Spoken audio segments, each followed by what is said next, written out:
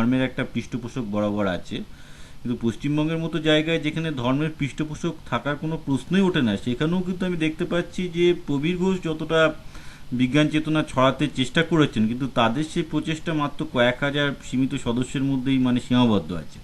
সেটাও কিন্তু হ্যাঁ, একটা এটা মাস বিভিন্ন স্কেলে যে একটা বড় ছড়িয়েছে সেটা তো হয়নি, আমি উল্টো দিকে যাত্রা দেখতে পাচ্ছি। না আছে। আর একেবারে কলকাতাকে ধোয়া তুলসী পাতা ভাবলেও না এটা ভুল আমি হবে। বলছি না তো কলকাতা হয়নি কিছু, মানে আমি তো কলকাতা। বলবো যে জিনিসটা একটা সেই ছোট্ট একটা সংগঠনের বাইরে হ্যাঁ, হ্যাঁ, বেরোয়নি। এটার বিভিন্ন কারণ আছে এবং যারা ওই কলকাতার, আমরা মনে করি যে যেহেতু এখানে মার্কসিস্ট একটা বেজ আছে এবং সেটা অন্যরকম হওয়ার কথা ছিল, আসলে তা নয়। আমরা তসলিমা ইস্যুতে দেখেছি যে সেই মার্কসিস্টরা কি করেন। আমরা দেখেছি যে বিভিন্ন সময় তারা নিজেরাই ধর্মান্ধতাকে প্রশ্রয় দেন, তারা নিজেরাই বা মন্দিরে যাচ্ছেন বা মসজিদে ইয়েতে গিয়ে পূজা দিচ্ছেন, গণেশের দুধ খাওয়া নিয়েও বহু মার্কসিস্ট ওর সময় এর পক্ষে কথা বলেছিলেন। এগুলো আমরা দেখেছি। একটা জিনিস গড়ে উঠতে যুক্তিবাদের প্রসার অত সোজা নয়। এটাকে আসলে মন থেকে আহরণ করতে হবে। শুধু তাই নয়, রাষ্ট্র না যেন তাহলে কোনোভাবে প্যাট্রোনাইজ তাহলে না আমি করে সেটা। এটা তো বাংলাদেশেও দেখতে পাচ্ছি, পশ্চিমবঙ্গেও দেখতে পাচ্ছি যে লোকে হাফ ধার্মিক হাফ মার্কসিস্ট, এই ধরনের হুম। আধখোড়া লোকের সংখ্যাই তো বেশি। হ্যাঁ, তা তো বটেই, তা তো বটেই। এই যে আমি যেটা বলি যে শিক্ষার উপযুক্ত শিক্ষার অভাব আর কি। শিক্ষাটা শুধুমাত্র বৈজ্ঞানিক ইকুয়েশন জানলাম আর নিউটনের তিনটা সূত্র মুখস্থ করলাম, এ তো বিজ্ঞান নয়। বিজ্ঞান হচ্ছে আমার মতে যে একটি দর্শন। মানে বিজ্ঞানের দর্শনটা যদি আত্মস্থ না করা যায় তাহলে তো এরকম হাফ এডুকেটেড হাফ না কিন্তু এইটা ইলিটারেট তো আরো লোকজনই ভয়ঙ্কর বলা যায়। ব্যাপার, হাফ মার্ক্সবাদী হাফ ধার্মিক, এটা কিন্তু বাংলার মেন ট্রেন্ড, আমি এটা নিজে দেখে আসছি। হ্যাঁ, হ্যাঁ, যদি সেটা তো আমি আমাদের। যদি আমি 20টা হাফ মার্কসিস্ট হাফ ধার্মিক পাই, তার অপোজিটে আমি হয়তো একটা আসল মার্কসিস্ট পাবো। তবে সেই একজন একটা আসল নাস্তিকই যথেষ্ট। আমাদের একজন হুমায়ুন আজাদই যথেষ্ট না, আমাদের এত হাজার হাজার নক্ষত্রের দরকার নাই।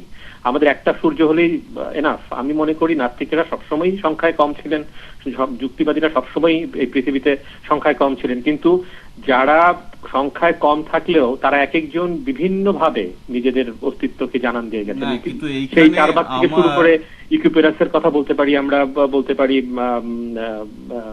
এই ইভেন আজকের যুগের ভিক্টর সিঙ্গার থেকে রিচার্ড ডকিন্স, কয়জন পশ্চিমা বিশ্বে, ইভেন এই আমেরিকাতেই কয়জন আছেন না যারা। কিন্তু এইটা মনে হয় বলাটা ঠিক হলো না, কারণ নেক্সট সেন্সাস যেটা বলছে যে গত 10 বছরে কিন্তু ইউরোপ এবং আমেরিকায় নাস্তিকদের সংখ্যা বেড়েছে। গত 10 বছরে হ্যাঁ, আমেরিকায় সায়েন্টিস্টদের মধ্যে, না না না সায়েন্টিস্টদের মধ্যে। সায়েন্টিস্ট না, জেনারেল ডেমোগ্রাফির মধ্যে, জেনারেল হ্যাঁ, ডেমোগ্রাফি। না ডেমোগ্রাফির আমাকে মধ্যে আমি স্ট্যাটিস্টিক্সটা সব বলতে দাও, সব এক মিনিট সব আমি, জায়গায় বলবো না না আমি। না আমাকে স্ট্যাটিস্টিক্সটা বলতে দাও। আমেরিকায় নাস্তিকদের সংখ্যা বেড়েছে লাস্ট 10 বছরে 8% থেকে 12%।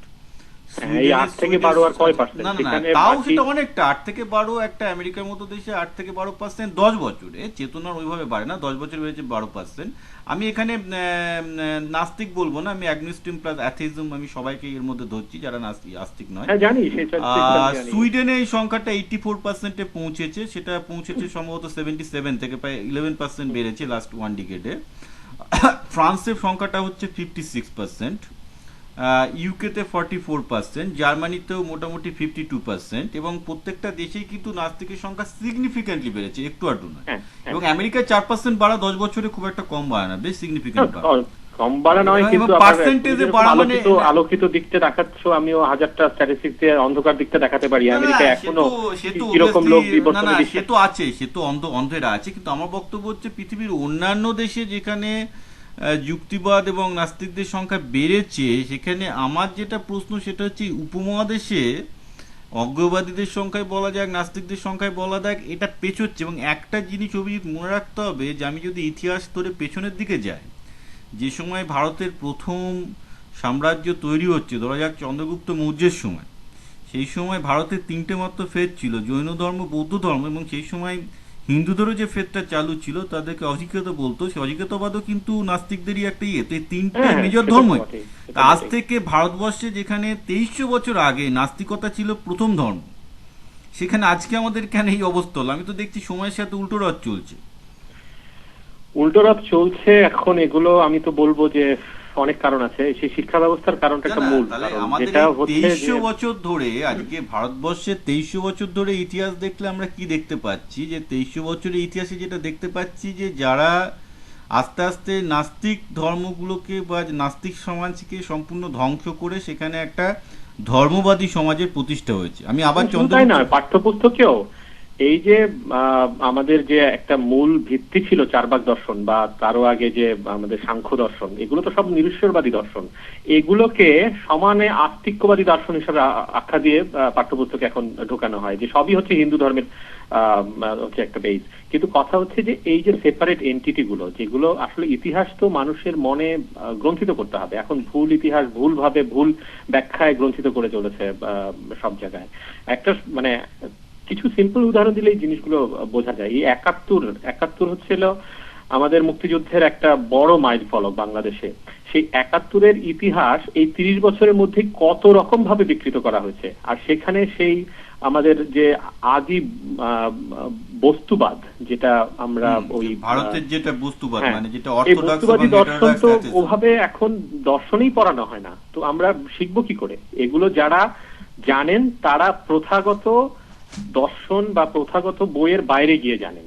তো এই জিনিসটা তো খুব অন্যায়, তাই না? যে মেইন স্ট্রিম জনগণকে এগুলো জানতে দেওয়া হচ্ছে না, যে আমরা কতদূর বস্তুবাদী ছিলাম এবং কতদূর ভাবে আমরা প্রথম থেকে আমরা ওই অযৌক্তিক এবং অন্ধবিশ্বাসকে খণ্ডন করেছিলাম। সেগুলো যদি জানতে না দেওয়া হয় ঠিক মতো। না না, কিন্তু এখানেও একটা অভিজিৎ ব্যক্তিগত প্রবলেম আছে। আমি জৈনদের সাথে এবং আধুনিক যারা জৈন এবং আধুনিক যারা বৌদ্ধ সবার সাথেই আমি মিশে দেখেছি, কারণ আমি গভীরভাবে মিশি লোকজনের সাথে। তারাও প্রবলভাবে ঈশ্বরে বিশ্বাসী, এবং এটাই সবচেয়ে মজার ব্যাপার যে বুদ্ধ বা জৈনদের ধর্মের যে আসল যে যেখান থেকে শুরু হয়েছিল সেটা কেউ জানেন, এবং তাদের সাথে কোনো হিন্দুর কোনো পার্থক্য করাও খুব মুশকিল। এবং যেটা বৌদ্ধ ধর্ম যে জন্য শেষ হয়ে গেল 2000 যে অষ্টাদশ শতাব্দীতে যে নাস্তিকবাদ যে সবচেয়ে যে বড় ট্র্যাডিশনটা, আমি বলবো যে নাস্তিকদের সবচেয়ে বড় ট্র্যাডিশন বৌদ্ধ ধর্মই এখনো পর্যন্ত, কমিউনিস্ট বড়, সেটা তো মোটামুটি অষ্টম শতাব্দীতেই বা নবম শতাব্দীতেই শেষ হয়ে যায়। তো এই যে ব্যাপারটা, এই উল্টো রথটা, তাহলে আমার বক্তব্য হচ্ছে আজ থেকে 2300 বছর আগে আমি যখন ভারতীয় সমাজ দেখি, সেই সমাজে ঈশ্বরের প্রাবল্য কিন্তু খুবই কম ছিল। সেখানে বেদকে হটিয়ে সম্পূর্ণভাবে হিন্দু ধর্মেরও যে শাখাটা এসছে সেটাও নাস্তিক্যবাদের শাখা, এবং জৈন ধর্ম এবং বৌদ্ধ ধর্ম চলছে। এবং আমি এটা বলছি গোটা মৌর্য সাম্রাজ্য ধরেই এর অস্তিত্ব ছিল। যেটা এটা তো মানে মৌর্য সাম্রাজ্যের ইতিহাসটা গ্রিক দর্শনের সবচেয়ে বা গ্রিক ঐতিহাসিক দিয়ে সবচেয়ে ভালোভাবে লেখা আছে, এবং জৈন ইতিহাসও লেখা আছে, বৌদ্ধ ইতিহাসও লেখা আছে, সুতরাং এখানে ভুল হওয়ার কোনো প্রশ্ন ওঠে না। সেখান থেকে আজকে আমাদের গত 2300 বছরে অর্জন হলো যে আমরা পিছিয়ে এসে একটা ধর্মভিত্তিক সমাজকে প্রতিষ্ঠা করে ফেললাম। হ্যাঁ, এটা আমাদের খুব বড় ট্র্যাজেডি বলতে হবে। আমাদের তো যেভাবে আমাদের এগোনোর কথা ছিল সেভাবে আমরা এগোতে পারিনি, এবং যারা এই জিনিসটাকে এগোতে চেয়েছিলেন, যে সেই আমি যাদের বলি হচ্ছে আলো হাতে চলা আধারের যাত্রী, তাদেরকেও আমরা গুরুত্ব দেইনি, তাদের দর্শনটাকেও ঠিক মতো বুঝতে পারিনি। গৌতম বুদ্ধের কথা বলি আমরা কথায় কথায়, কিন্তু গৌতম বুদ্ধ যে জিনিসটাকে প্রচার করেছেন, যে তিনি তো সম্পূর্ণভাবে নিরীশ্বর ছিলেন এবং তিনি তো কখনো ঈশ্বরের কথা আনেননি এবং এগুলোকে তিনি প্রশ্রয় দেননি, অথচ তাকেই এখন পূজা করা হচ্ছে ব্রোঞ্জের মূর্তি বানিয়ে। বুদ্ধর সামনে নানা রকম কাস্টম, নানা রকম রীতি চালু করা হয়েছে বিভিন্ন বিশ্বজুড়ে। তাহলে কি আমরা ধরবো যে অ্যানথ্রোপোলজিক্যাল বা নৃতত্ত্ব বিজ্ঞানের কারণে এই হায়ার লেভেল অফ ট্রুথ বলে একটা জিনিস সমাজ গঠনের জন্য দরকার আছে, যার জন্য নাস্তিকতাবাদ পিছিয়ে গেছে শুধু সমাজ গঠনের ব্যর্থ হয়ে? এটা আছে একটা ব্যাখ্যা, কিন্তু আমি তার বাইরেও বলবো যে আসলে আরো অনেক দিক আছে।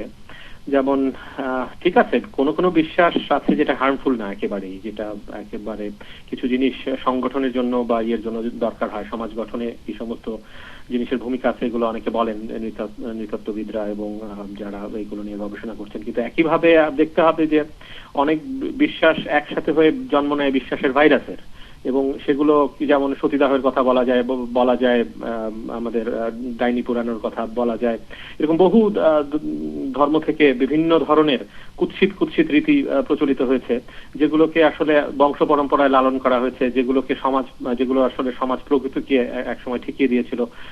এখনো তো পাথর ছুঁড়ে হত্যা করা হয় বিভিন্ন দেশে, ব্যভিচার কেউ করলে বা হাত কেটে ফেলা হয় চুরি করলে। এগুলো হচ্ছে বংশ পরম্পরায় আমরা বহন করি। ওই যেভাবে ডকিন্স ব্যাখ্যা করেছেন, মিম